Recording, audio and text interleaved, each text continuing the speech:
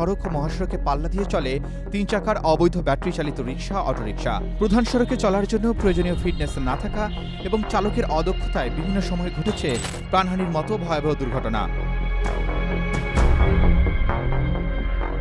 বাংলাদেশ সড়ক পরিবহন কর্তৃপক্ষ এবং রোড সেফটি ফাউন্ডেশনের তথ্য অনুযায়ী গত বছর জানুয়ারি থেকে ডিসেম্বর পর্যন্ত মহাসড়কে 3 চাকার যানবাহনের কারণে 758টি দুর্ঘটনা ঘটে, আর এতে 1185 জন আহত হওয়ার পাশাপাশি নিহত হয় 412 জন। ফলে এমন পরিস্থিতিতে আসন্ন ঈদ উল ফিতরে ঘরমুখো মানুষের নিরাপদ যাত্রায় এবার শঙ্কা দেখছেন সংশ্লিষ্ট বিশেষজ্ঞরা। দুর্ঘটনা নিয়ন্ত্রণে হাইকোর্টের নির্দেশে 2015 সালে দেশের গুরুত্বপূর্ণ 22টি মহাসড়কে 3 চাকার এই বাহন নিষিদ্ধ করেছিল সরকার, কিন্তু নিষেধাজ্ঞার কোনো তোয়াক্কাই করা হচ্ছে না।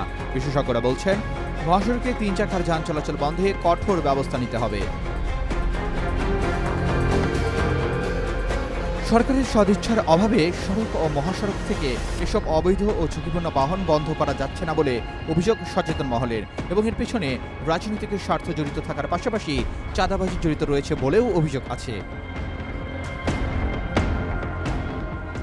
বিআরটিএ ও আইন শৃঙ্খলা বাহিনীর সমন্বিত উদ্যোগ ছাড়া এসব যানবাহন নিয়ন্ত্রণ সম্ভব নয় বলে মনে করেন বিশেষজ্ঞরা।